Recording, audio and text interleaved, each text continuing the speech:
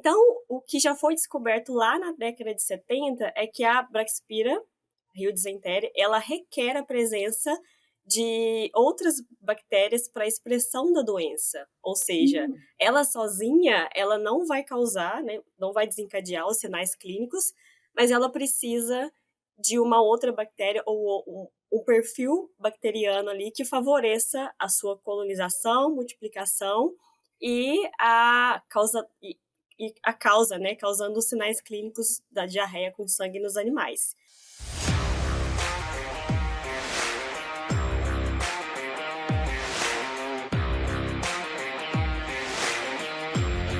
Olá, sejam bem-vindos. Esse é o Suinocultura Faixa Preta. Eu sou a Inês e hoje nós estamos recebendo a doutora Jéssica Barbosa. Jéssica, é uma alegria ter você com a gente aqui. Eu tenho certeza que você vai ter tanta coisa bacana para compartilhar com a gente. Obrigada por ter aceito o nosso convite. Muito obrigada, professora Inês, pelo convite. Eu fico muito feliz. E, como sempre, né, a gente sempre gosta de falar o que a gente está fazendo na pesquisa, então vai ser bem interessante. Eu espero que seja bem produtiva e que as pessoas que assistirem possam entender o que a gente faz do outro lado, né, dentro da academia. Eu tenho certeza que vai ser muito legal. E Jéssica, tu me permite dizer que é muito bom te ver, enfim, te encontrar de novo, né? A Jéssica é médica veterinária, ela tem mestrado, tem doutorado e é bom te ver porque a gente sabe que você está longe, mas está contribuindo ainda para a ciência brasileira também. A gente estava falando um pouquinho, né, no backstage até sobre isso. A Jéssica, no momento, é pesquisadora na University of Saskatchewan, eu não sei se estou falando muito corretamente, mas no Canadá. E a Jéssica vem trabalhando, né, com uma área que é muito interessante, que faz, assim, total sentido, que é essa relação das doenças, né, e da saúde do animal com a microbiota dos porquinhos. Jéssica, comenta um pouquinho dessa área, da importância dessa área aqui para a gente. Obrigada, professora.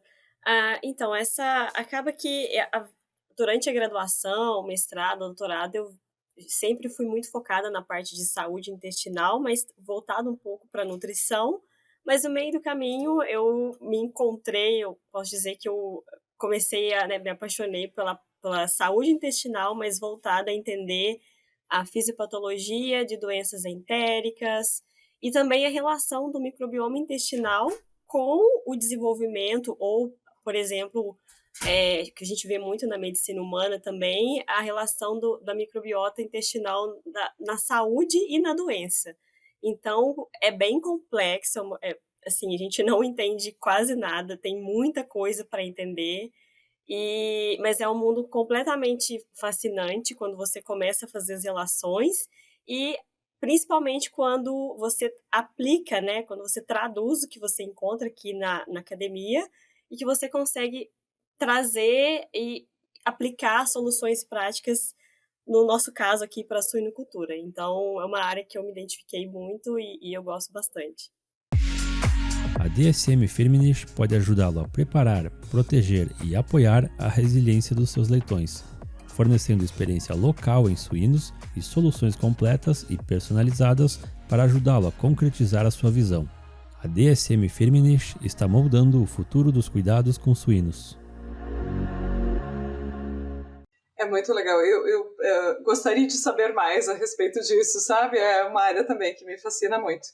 E uma das coisas, na minha opinião, né, mais legais desse trabalho que que a gente vai discutir aqui, né, que vocês publicaram, é entender o que está acontecendo antes da doença, né? Porque muitas vezes a gente, não vou dizer que a gente sabe, né, mas a gente já tem um pouco mais de informação sobre esse impacto que as doenças ou que algum desafio, né, pode ter no animal, na microbiota e no animal, né? Depois, mas e antes, né? O que está acontecendo? Jéssica, como foi realizado esse trabalho que vocês publicaram recentemente? Era esse o objetivo? Quiser complementar, fique à vontade. Não, muito obrigada. Sim, era esse o objetivo. Então, basicamente, o que nós fizemos foi trabalhar com a disenteria suína Então eu vou trazer, assim, perguntas e focar nas respostas. Então, por que a gente escolheu disenteria suína? Porque a disenteria suína, ela é uma das doenças entéricas que tem uma relevância na suinocultura, não só no Brasil, mas também mundialmente. Ela é caracterizada, né, ela é causada pela Braxpira rhizanteri, mas tem outras espiroquetas, como a Braxpira suanatina e a Braxpira rampsoni, que também estão associadas ali aos mesmos sinais clínicos que a Braxpira rhizanteri. E a característica dessa doença é que os animais eles vão apresentar uma diarreia mucohemorrágica, ou seja, uma diarreia com muco e sangue, e devido à inflamação ali no colo que acontece. E o porquê que a gente escolheu trabalhar com isso? Porque dentre as limitações que essa doença ela traz, né, tem a questão da diminuição do desempenho, o aumento de custo de produção com medicamento. Ainda não existe, alguém me corrige depois se eu estiver errada, mas ainda não existe uma vacina comercial para o controle da disenteria suína. Então, o tratamento ele principalmente é baseado em antimicrobianos, né? E a gente sabe que a nossa tendência cada vez mais é buscar soluções que a gente possa fazer para reduzir a utilização de antimicrobianos na produção animal. Então, esse foi o motivo que nós escolhemos trabalhar com a disenteria suína. E a outra pergunta é o que tem a ver a microbiota intestinal com a disenteria suína, né? O que acontece? Que relação é essa? Então, o que já foi descoberto lá na década de 70 é que a Braxpira rhizanteri, ela requer a presença de outras bactérias para a expressão da doença. Ou seja, ela sozinha, ela não vai causar, né, não vai desencadear os sinais clínicos, mas ela precisa de uma outra bactéria ou um perfil bacteriano ali que favoreça a sua colonização, multiplicação e a causa, né, causando os sinais clínicos da diarreia com sangue nos animais. Como que a gente sabe disso? Então, essas pesquisas lá da década de 70, utilizando animais germ-free, que são aqueles animais sem, né, bactéria, vamos falar assim, de uma forma mais fácil. E então, quando esses animais germ-free eles foram inoculados somente com Braxpira, eles não desenvolveram os sinais clínicos da doença. Quando eu falo sinais clínicos aqui, eu estou falando de diarreia com sangue. Porém, quando esses animais eles foram inoculados com Braxpira e também com outras bactérias, eles desenvolveram a doença. Então, ali na década de 70, utilizando métodos dependentes de cultura, né, que ainda não existia o sequenciamento, a gente já conseguiu entender isso, que existe sim essa alteração. Eu falo um pouco demais, tá, gente? Desculpa. E aí depois, com o desenvolvimento dos métodos independentes de cultura, sequenciamento, a gente continuou, né, observando essa mesma relação, ou seja, quando animais que são inoculados com Braxpira, o perfil microbiano ali, ele se altera, então a gente tem a presença principalmente de abundância, né, de gêneros que já foram associados com diarreias em outras espécies, ou também bactérias que facilitam a adesão, multiplicação da Braxpira. Então, a gente já sabe tudo isso, que ela realmente precisa da presença de outras bactérias para causar a doença. E aí você está falando que a gente já sabe, a gente pode encerrar por aqui, não entendi o porquê da sua pesquisa, mas então o porquê que a gente quis, né, continuar com isso? Justamente para entender o que acontece antes. A gente já sabe que tem alteração depois, mas o que acontece ali 2 dias, 1 dia antes dos animais desenvolverem os sinais clínicos da disenteria suína, a gente não tinha essa resposta.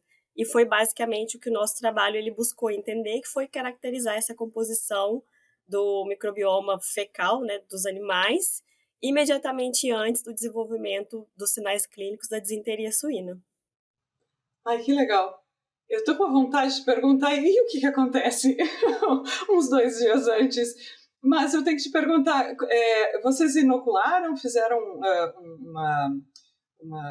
foi um desafio programado, ou vocês tinham um grupo de animais? Como que foi feito esse estudo? Boa pergunta, professora. Então, esse foi um outro diferencial também, porque nesse estudo nós utilizamos amostras fecais de 15 animais suínos machos, que nós chamamos eles de suínos de contato, ou seja, eles não foram diretamente inoculados com a Braxpira rio-dizentéria, mas eles foram expostos a animais que foram inoculados com a bactéria. Então, a gente fala que nós tivemos os suínos carreadores, que foram inoculados via intragástrica por 3 vezes, né, 3 dias, com a Braxpira rio-dizentéria, e quando esses animais suínos carreadores eles desenvolveram a doença clínica, nós colocamos eles em contato com os outros animais, né, para eles serem expostos. Então, quando os animais que foram expostos desenvolveram a doença, aí a gente começou o trabalho. Então, nós, né, fizemos coletas em 4 momentos. Então, o primeiro foi um dia após o contato, né, que os animais tiveram contato com os animais que foram inoculados. E aí depois a gente fez a sequência. A gente avaliou amostras fecais 2 dias antes de ser observada a diarreia com sangue, um dia de observar a diarreia com sangue e no dia que os animais tiveram a diarreia com sangue. Então, você já imagina, a gente fez coleta de fezes todos os dias, durante todo o projeto, para a gente conseguir selecionar exatamente os dias que a gente queria para poder avaliar. Muito legal. E muito trabalhoso também. Mas em que vocês encontraram, Jéssica? Porque nessa altura acho que está todo mundo curioso como eu. Então, assim, vou resumir bastante aqui, porque dentre todas as análises que nós fizemos de microbioma, diversidade alfa, beta, todas essas coisas assim, tem uma análise em específico que eu gosto muito, que foi a análise de diferencial de abundância, que é a análise que a gente consegue fazer a comparação e observar o que realmente aumentou, né? Quais gêneros aumentaram em um dia ou diminuíram no outro. Então, a gente consegue fazer essa comparação. O que nós observamos foi que 2 dias antes e um dia antes, alguns gêneros, algumas espécies, na verdade, nem foram somente gêneros, algumas espécies bacterianas, elas foram encontradas em maior abundância quando os animais desenvolveram a diarreia, né? Então, ou melhor, menor abundância 2 dias e um dia antes. Por consequência, elas estavam em maior abundância quando os animais eles desenvolveram a diarreia com sangue. Então, a partir daí, a gente começa com todas aquelas perguntas, né? O que essas bactérias fazem? Então, aí é a hora que a gente vai na literatura para entender o que elas... o que nós conseguimos encontrar com elas, e principalmente, né, a gente tem muito trabalho com humanos ou com ratos, então aí a gente consegue fazer aquela associação, o que aconteceu aqui. Então, eu não vou ficar falando nomes aqui, também explicando o que cada uma faz, né, tem tudo isso lá no artigo, claro, mas sim. Basicamente o que nós encontramos foi que a microbiota fecal, ela se altera 2 dias antes do desenvolvimento da disenteria suína, né, da doença clínica nos animais, e essas bactérias que foram encontradas em menor abundância 2 dias antes e um dia antes, nesse caso elas estavam aumentadas quando os animais tinham a diarreia com sangue, a gente consegue entender que provavelmente essas bactérias elas têm um papel na contribuição da disenteria suína. Aí a gente volta aqui, Jéssica, você já falou isso, que tem um papel na contribuição, mas como? E aí é que a gente continua, né? São cenas dos próximos capítulos, que a ideia aqui é principalmente... eu não mencionei uma coisa que... E também 2 dias antes e um dia antes foram encontradas espécies bacterianas que foram abundantes, 2 dias e um dia antes. É meio confuso de explicar assim. Então, algumas espécies bacterianas, elas foram encontradas numa maior abundância 2 dias antes e um dia antes dos animais desenvolverem diarreia, né, quando a gente compara com a diarreia com sangue. E isso aqui nos traz o outro questionamento, né? Será que essas bactérias elas têm um papel protetor? E aí também a gente vai, né, nas cenas dos próximos capítulos de entender como tudo isso funciona, que é complexo, né? A gente já sabe que existe essa alteração benéfica ou não ali, do papel protetor ou papel no desenvolvimento da doença. Então, aqui a gente entender como que isso funciona, para aí sim a gente poder aplicar o nosso trabalho, que é desenvolver ferramentas futuras, preventivas para, né, que não tem o alvo somente o agente da disenteria suína, mas também prevenir a doença clínica, que pode ser alguma coisa voltada para nutrição, ou, né, a gente não sabe, uma vacina. Então, isso como eu posso dizer, o nosso trabalho ele foi um passo a mais na contribuição da fisiopatologia da doença, que pode nos ajudar ali a entender basicamente a importância da microbiota intestinal as enterias suína e também desenvolver futuras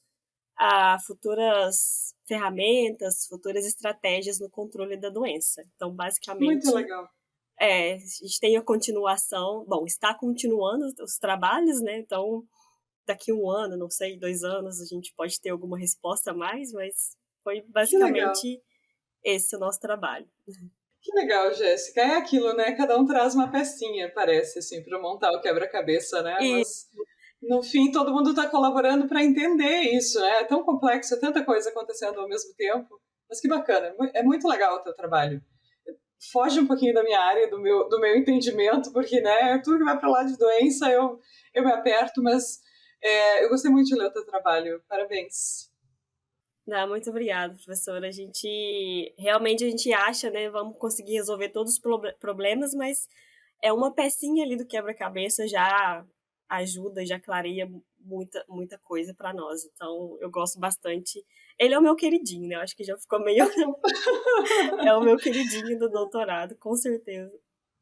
Que legal. E você comentou muito bem, né? Acho que a gente tem uma missão muito importante, assim, né? De rever muitas práticas, de pensar estratégias para reduzir o uso de antimicrobianos e tal. E tá aí, tu trouxe mais uma peça para a gente ir nessa direção. Muito obrigada, Jéssica, por ter conduzido essa pesquisa, né? Entregue esses dados que vão com certeza melhorar aí, né, um pouquinho de cada vez, mas a gente está aí trabalhando para melhorar a suinocultura. E obrigada por ter dividido teu conhecimento, teu tempo com a gente hoje. Eu que agradeço pela oportunidade. E se alguém tiver alguma dúvida, pode entrar em contato. Acho que deve ter meu contato em algum lugar. Então, eu que agradeço muito pela oportunidade. Com certeza. E obrigada a todos que nos acompanharam até aqui e até a próxima. Oi, pessoal! Eu sou a Inês Andretta, sou host do podcast Suinocultura Faixa Preta e hoje eu tenho um recado importante para os pesquisadores de plantão. Bom, nós aqui no podcast estamos sempre em busca dos melhores e dos mais recentes projetos de pesquisa para compartilhar com os nossos ouvintes. Então, se você é um pesquisador, tem resultados bacanas e quer vir aqui conversar comigo e compartilhar esses resultados com os nossos ouvintes, esse convite é para você. Manda um e-mail para a gente com os principais resultados. O e-mail é hello@wisenetics.com. A gente aguarda o contato e até a próxima!